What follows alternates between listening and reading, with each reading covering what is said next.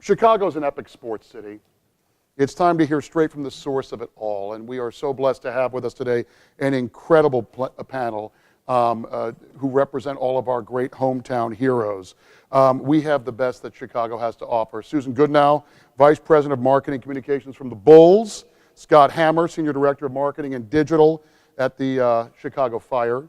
Lindsay Stroop, Public Relations Manager at the Blackhawks. And Gail Tucker, Senior Director of Corporate Partnership Activation at the Chicago White Sox. Gail, so good to see you. And Gail's got her World Series ring on right now, too, for those of you who have not seen it. So if you can't see it, you're blind because it's enormous. But, and for each of the panelists, we are so blessed to have them all today, and I'm so thankful that you came. You can check out more about these great folks from their bios on Pigeonhole. So let's get started. I'm going to start with the panel right now. I'm just going to throw this out. We've heard today about Big Brother. How does fan data influence your marketing campaigns? Gail, for you, how is it influencing your way of going towards a partner? It's funny. Baseball is about as old as it gets, right? Seeped in tradition. And I've been around almost as long as it's been around. Just kidding. But watching... You're not Abner Doubleday. So. No, but things that exist now, we had no idea 20 years ago. As simple as data that we get that we could approach potential sponsors, but data that we get that helps us manage our customers. As simple as digitizing of tickets. Now we know who's using a ticket, who's not using a ticket, when they're getting into the park, right? We can target at-risk accounts well before they decide whether it's renewal time. We have departments, it's Moneyball has moved to the front office. We now have director, instead of marketing, it was first director of marketing and analytics. And now it's just purely a director of analytics. And so you've got your baseball people crunching your baseball numbers. You've got your ticket analytics people crunching your ticket numbers because that's your bread and butter. And then you've got your marketing people saying, okay, does this promotion work? Well, yeah, because my show rate was X% better, and I got people into the park a half hour earlier than usual, and my per cap has gone up 20% on a day. So when you're sitting in a budget meeting and you're presenting meetings and you have someone who has to open his pocketbook to be able to say, here's my idea. Here's my idea, and here's how it's going to make you money. And that's, the bread and butter for me, the simple day-to-day of data. I think that's the way it is for all of us right now. I mean, for us, we have been the kings and queens of content since Ivy Lee and Edward Bernays from a communications perspective. But this is really the first time in history that we're being judged from an ROI standpoint and how we can monetize that. I mean, in the past, we've measured ourselves through impressions and reach and likes and surveys and so on. But now it's really about monetizing that, and it's very new for our industry, and it's very interesting to see how everyone believes right now that they can all do content, breakthrough content, and do everything that we do as communications professionals. It's fascinating, but the competition's gotten much stronger. But to your point, it is. If you walk in there with analytics, you are so much better. That's where the head truly does come into play versus the heart. Yeah, absolutely. For Dr. us, Hammer, what do you think? For us at the Chicago Fire and in Major League Soccer, data over the last couple years has significantly shifted, to Gail's point, the way that our budget is outlaid each year, where our dollars were going previously in the market versus now a much more digital focus. And for us, the Fire, a little bit of a smaller property here in the market, a huge goal of ours is just growing that funnel or that addressable database that we can talk to on a daily basis. And so being able to draw on disparate data feeds that are coming from folks who buy a ticket maybe to see the U.S. men's national team play at Soldier Field. They're clearly raising their hand as an interested soccer fan, even if they haven't maybe been to Toyota Park to see the Fire play. So working with Major League Soccer. Every time somebody downloads the app or signs up for an online subscription to watch games, that kind of thing, those data feeds, we're working to bring those all into the funnel, bring them all in-house, and then from there, work with our vendors, work with our ad agency, which is a very digital-focused ad agency, to run our programmatic display, create lookalike audiences based off of that. That's our bread and butter right now on the marketing side, and it wasn't even 2-3 years ago, right? So we're adapting as quickly as we can, and I think starting to have some success as a result. All right, Susan and Lindsay, I'm going to jump over to you. Privacy, as we heard in Brandon's session, is more important now than ever before. How do you balance consumers' concerns with mining of data to inform your sports marketing efforts? How are you doing that while maintaining their heart, maintaining their passion for the sport? I'll go with you, Lindsay, first, and then to Susan. Sure, of course. Am I on? I hope. So what we do, we actually have a platform called Fans Voice, and that was started many years ago. And so something we do is we actually see the fans that come through our building every single game as our greatest asset. So instead of, we're very fortunate in that way. So instead of having to mine, really what we're actually doing is we have this opt-in process where they're proactively basically providing feedback on what they'd like to see be in the fan experience, be in their game day experience. Sure. Is that better? We hope. You sound great to me, but I'm not out there. So. This is a forum where people are actually opting in. They are proactively telling us what they want to see, and that informs everything from giveaways to the type of content we put on the game broadcast to if they're using printed or mobile tickets. So again, I think the balance there is it's an opt-in process where we're giving them that voice. Got it. Susan. And same, we are having people provide us with data, whether it is through our app, our website, newsletter. Also, we do a lot of surveys, whether it's on-site or using, traditional, we still even do phone interviews, as well as email surveys, either that we conduct or that through the NBA are conducted. Everything is opt-in. So everybody always has the opportunity to say, yes, we want to give you our information, or no, we don't, and we're respectful of that. It's something we talk about a lot, and even when people do give us their information, we're also respectful of how we use it, because that's something we are protective of their information. We're also very respectful of the fact that they've given us an opportunity to continue to communicate with them. So we also spend a lot of time talking about how much or how little we use that information, and when we do, how personalized it is, because we don't want to waste people's time, because then we know they're going to wave goodbye to us, and that's a loss we feel like for both of us. Well, there's an old Dutch proverb that it says, trust walks in on tiptoes and leaves and gallops away, and so basically it is something. If you lose that trust, if you cross that line, you run the risk of hurting that relationship with that fan, and you can't do that. Question for you, Susan, while we're on this. Your background is mostly with sports organizations. How has your job evolved since the days when you started the biz? Gosh. Well, a lot. And I've been in sports for over 2 decades. Gulp. But you started when you were... Yeah, I started when I was 2. Right, So exactly. in diapers, birthday. diapers at the ballpark. So as my job didn't exist both at my current place of work at the Bulls and at my previous place of work, the Red Sox, before I got there. So and Lindsay and I were talking about this, and Gail, you mentioned this as well, the evolution of the business side of sports has been pretty dramatic. And traditionally, marketing was synonymous with ticket sales. So there weren't the products to market. There weren't also the tools that we now have, and there wasn't the need.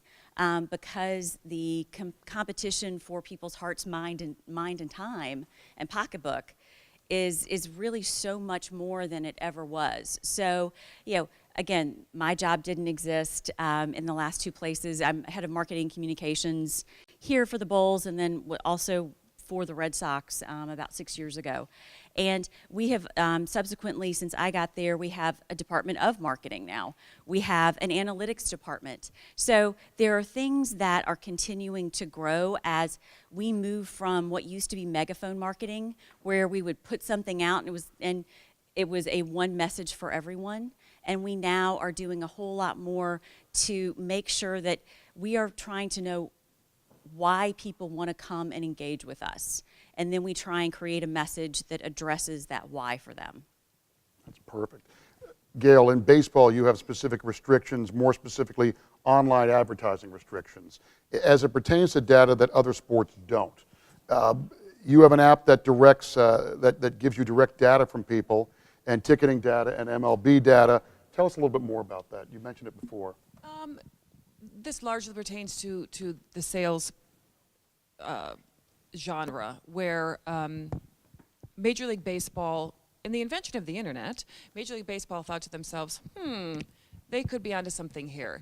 And they basically took the online interactive media, now mobile rights, and they grabbed them, just much like national TV rights. So I don't have the rights to just run advertisements, promotions on my website. I actually have to go through a different party, which is very unique to baseball.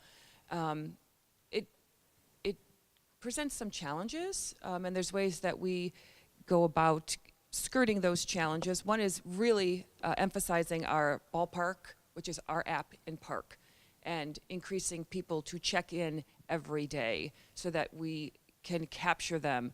And not only capture them, but capture them and meet them. So we do a lot of check-in offers. First check-in, which you get a free hat every time. First check-in of the year. Then there's 5 check-in, 10 check-in thresholds. And we now house all of these check-ins in a new area in the park, which is our Sox Social Revolution Brewing Tap Room, which is a mouthful, but it's actually a room within the park where you go and you check in, and then you test out the latest beers from Revolution Brewing and interact with our social team. So we've kind of tried to create an experience in the middle of a traditional kind of, some people say, slow ballpark that some people want to put technology away for a couple hours, somewhere where we can cater someone who wants to be involved in a whole different way. It really is an experience now. I mean, it really, you're not just going to see the game. In some cases, the game is on par with the other experiences, and they've done just a terrific job. I mean, if you are taking a family to a Bulls game or a Fire game or a White Sox game or a Blackhawks game, there is something for everyone to do, which years ago it was we would all go and watch the game. Now, in some cases, it's everything but the game, but of course the game is still very important. Scott, have you noticed that at the Fire? Yeah, absolutely. And I would say soccer is probably unique in just the way that the sport is set up, in that in most of the other sports, there's incremental breaks throughout the game. There's inning breaks, there's period breaks, there's timeouts throughout the game. Soccer is, you show up, it's 45 minutes of action, and then it's halftime, right? And everybody at halftime has to go scramble to go get their drink or their food or run to the bathroom or do whatever, and so you're packing so much into that 15 minutes, and then it's off into the second half. So we do focus very heavily on our pregame experience and what we can do. We run a pub to pitch program from the city out into our stadium down in Bridgeview. So yes, building out that experience is quite the task, for sure. Well, interesting. Now, we're talking so much about technology, but you did something recently which I thought was fascinating, which involved creating a deck of playing cards to commemorate the Fire's 20th anniversary. Talk about that idea and how you were able to really combine both the traditional and the contemporary. Yeah, so through our partnership with Major League Soccer, we were alerted to a pretty cool software program that offers fans an online voting platform, right? And it just seemed like a cool opportunity to push and promote our 20th anniversary, and so we invited fans to vote on a plethora of our 48 or 50 top players of all time throughout our 20 years of history, and ultimately their votes would decide how those players were situated onto a commemorative deck of playing cards, right? And to your point, yes, digital is all the rave right now, but people love commemoratives, takeaways. tchotchkes, for lack of a better word, that they can walk away with and kind of remember their experience for it, and something that they had. Everybody's laughing here because they know it's like Yeah. bobblehead night. The place goes Yeah. wild. Power of a Exactly. free That's your T-shirt world. should Exactly. never Okay, be yes. underestimated. Yeah. You exactly. know, yeah. So it's- just to wrap up, I mean, it was a to get that positive for us. blanket, I went to a ball game recently. To get a blanket, I swear, I ripped it almost out of an old woman's hand. I did not do that, but my son was encouraging me to do that, saying it was his blanket. But anyway, keep So going. it was a hot item, but the positives on the digital side for us were that it was also a lead gen tactic for us. We were able to promote it through some paid posts on social media to hopefully create some engagement with fans on social media who don't otherwise follow us, and then we're able to kind of capture them and retarget them in the future. So that's kind of how we went about capitalizing on that. What I love about what all of you do, and you do it so effectively, and I've known Gail for years as well, is you're not only reaching people where they live, but where they hang out, both online and offline. And that is such a departure from where we were years ago, where it really was, it was the ballpark, or it was anywhere but not online. But increasingly, that's where people's eyes are at. I mean, Lindsay, your role is focusing on developing what's happening off the ice. So you really are about where they hang out, both online and offline, music, fitness, so many areas. Describe a little bit more about that, how you do it for the Blackhawks. Yeah, so that's everything. Like you said, it's everything from lifestyle to community. So anything that doesn't have to do with the game kind of falls under my area of promotion. So one really cool thing we're working on right now is Blackhawks music, and how that started actually was born out of retail data. So a couple years ago, we have a store on Michigan Avenue, very close to Lollapalooza's grounds, and they basically asked us to collaborate on a hat. So we said, sure, sounds fun, great design, and it all of a sudden took off on digital anytime we were promoting it, and it was sold out before the festival even started. Wow. So that led us to say, well, maybe there are areas here that we should be connecting with fans, maybe who we are considering fringe fans. I don't know that I like to say that, but someone who's not your core hockey fan, but they still like the culture of Chicago. They know it's a sports town. And so here, we're now going to Lollapalooza. We're at Pitchfork. We're at Lake Shake. We're their premier sponsor. We've got Pandora and Spotify playlists that bring people into the playlist of what players listen to as they're warming up or getting ready. And that's got even more to come, and it's got its own branding and everything. So it really is meeting them where they are, but it's truly in physical places. That's great. Now, you spent a lot of your career on the agency side as well. How did you, I know a lot of folks here would love to get to not only client side, but also get to a professional sports team side. How did you make that transition? How did you find it? Sure. So I better be careful here because my old agency is right over there. But I'm just kidding. I have nothing but wonderful things to say about Zeno Group. And I truly do think that my 5 years spent there kind of paved the way for a role like this. I give the Blackhawks a lot of credit for creating a promotional role specifically for off the ice efforts. A lot of times it's a combined role. Sometimes it's, and that makes it really hard to focus on how are we promoting the ways we're interacting with the community or things that we're doing on a business side. So from an agency standpoint, I got to work on a multitude of projects, executive visibility, social impact storytelling across a multitude of clients, retail, CPG, technology, and I think the Blackhawks really saw that as a way of, well, we can get out of our sports brain and start taking some learnings and kind of create a role that thinks about those things, and so here we go. It's terrific. No, it's great stuff. Thanks. You're welcome. All right, Susan, back when you were a toddler in the 90s, the Chicago Bulls had quite the run with the GOAT, Michael Jordan. Do you consider this to help your brand, or does it present challenges to the current team, and why? It's something that we a couple of years ago spent a lot of time on. We have a marketing campaign, if you will, and it's not we. Have campaigns that we like to live for several years.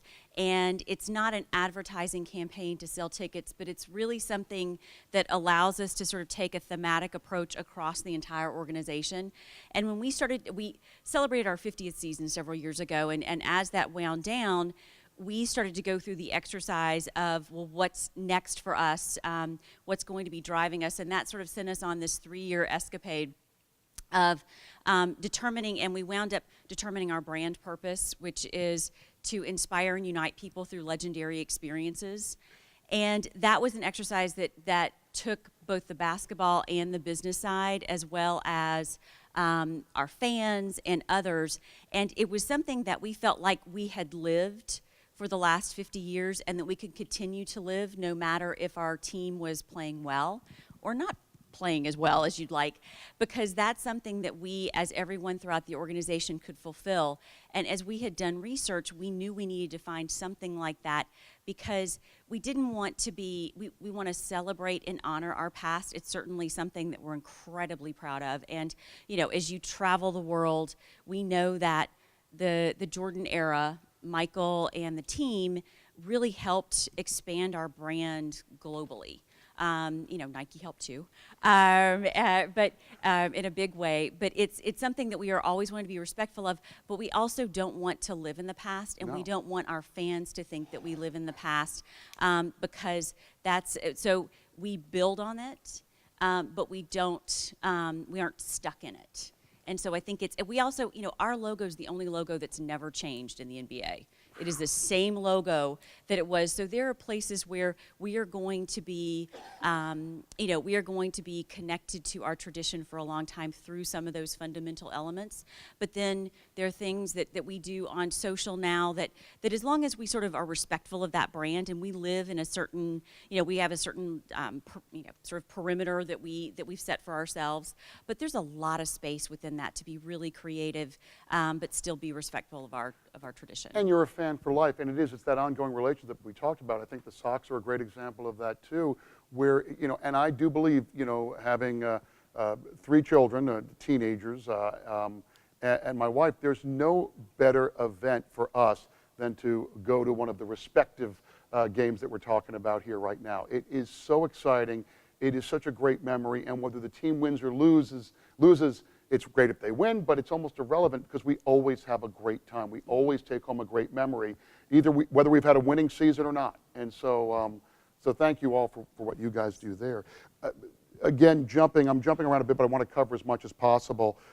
Talking about you guys, the Fire just did a deal, Dr. Hammer, with ESPN Plus that talks about, really does speak to the increasing popularity and use of digital, and really the less use of traditional. Talk about that relationship, please. Yeah, sure. So, you know, a lot of research that Major League Soccer has conducted across the board and our own club has conducted really shows that our core fan base and the future of our fan base is a younger and is a more digitally connected fan base, probably only rivaled by the NBA at this point. I think NBA and MLS probably have those 2 younger core demographics tapped in pretty well. So, just this year, we announced that all of our local broadcasts have moved to ESPN Plus, which is ESPN's brand new streaming platform, available on all your, you know, streaming, your mobile app, your Roku, Fire TV, all that kind of stuff. So Apple TV. So you know, we've had a fan base that's been kind of clamoring for that. For the last couple years since streaming has really picked up, and it's really exciting. So now, if you're you know, you're out at the beach on a Saturday afternoon, you can still be watching the Fire game on TV or on your phone or device or however it is. But, you know, we really think that that's the future of where a lot of properties, soccer, NBA, or otherwise, are going to be headed, if they're not already. So, you know, we like to think that it's a little forward-thinking, and our fans have gravitated to it really well, and we're excited to see where it leads, because it's new territory, but it's kind of the future of sports broadcasting, most likely. It's great. Unfortunately, I get into more trouble for being on my phone all the time with my family, but thank you for that, Scott. Yeah, no I problem. I was going to say, let's go to the phones. Go caller. This is John. How are you? Tacoma, Washington.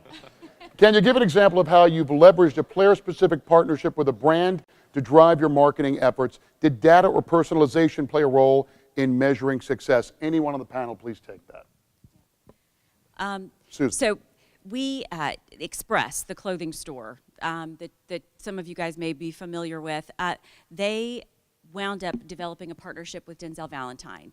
And they do partnerships with a number of different athletes. And with that partnership, that opened up the opportunity for us to be able to talk to Express about the possibility of sponsoring something that was new for us this year, which was a student pass. and it was something, it's a digitally based offering where students are able to register, and then when we have tickets available at a certain price point, we send out that information, and they are able to buy a ticket for a game that night at a lower price point than you would spend if you had bought it at another point in time. And Express has allowed us to be able to invest more in boosting that, and it reaches their target audience. It's something that they are reaching that younger demographic. Along with the sponsorship of Denzel. So it's really allowed us to be able to build that product more than we would have if it had just been something that the Bulls alone were investing in. Anyone else want to answer? I can take it from a bit of a earned media perspective. So we held our first ever foundation night this last year, which was a full charity takeover game. The goal was to drive donations to the Blackhawks Foundation so we could do even more work in the community. And I don't know if I'm proud to say this, but we posted 12 times from our corporate channels about this foundation night.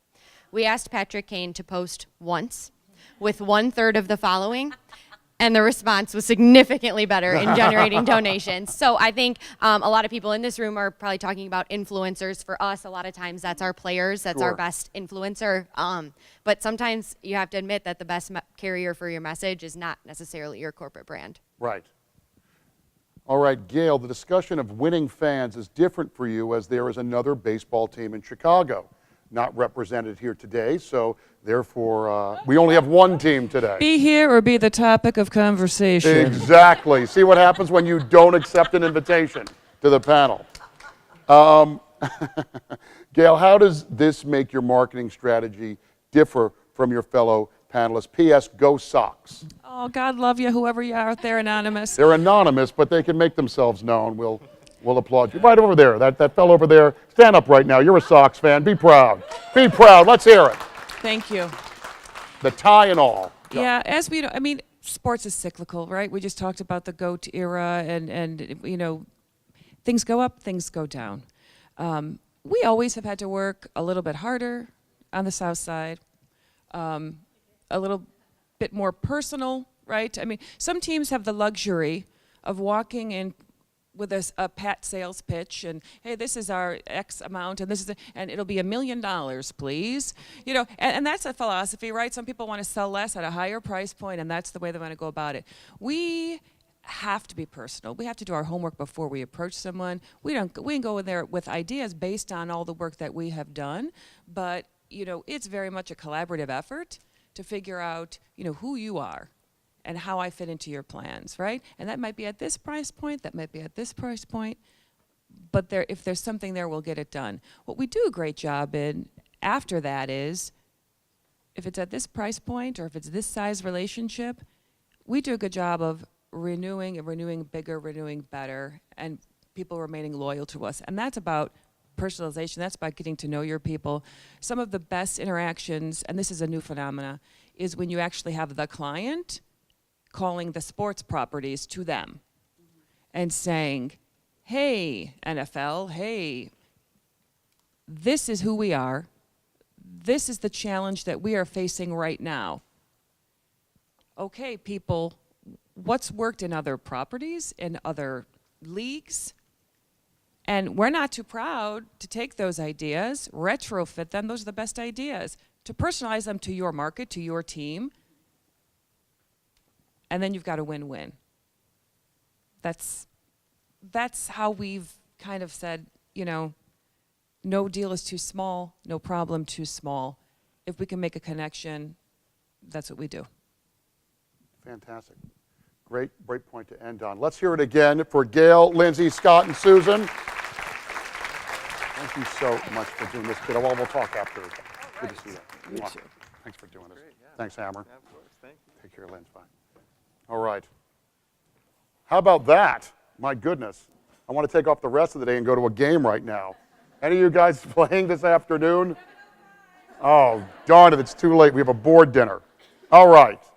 Well, again, let's give all of our panelists today, moderators and speakers, a round of applause. thank you so much for joining us today. As communicators, we are all in this together. We have an obligation to tell stories that matter. In many cases, we are the chief storytellers of our organizations, where we not only create, but then also deliver the narrative. And I will tell you, our roles have never been more important than they are today, and will continue to be. So there are so many opportunities right now with data and personalization. I hope that you found this useful, and you'll be able to go back to your offices and start implementing and executing some of what you learned here today. And let's really do some great things with them. We have a great opportunity to truly make a difference and show why communications needs to own content. So with that said, get out there, make it happen, enjoy the day, and thank you so much.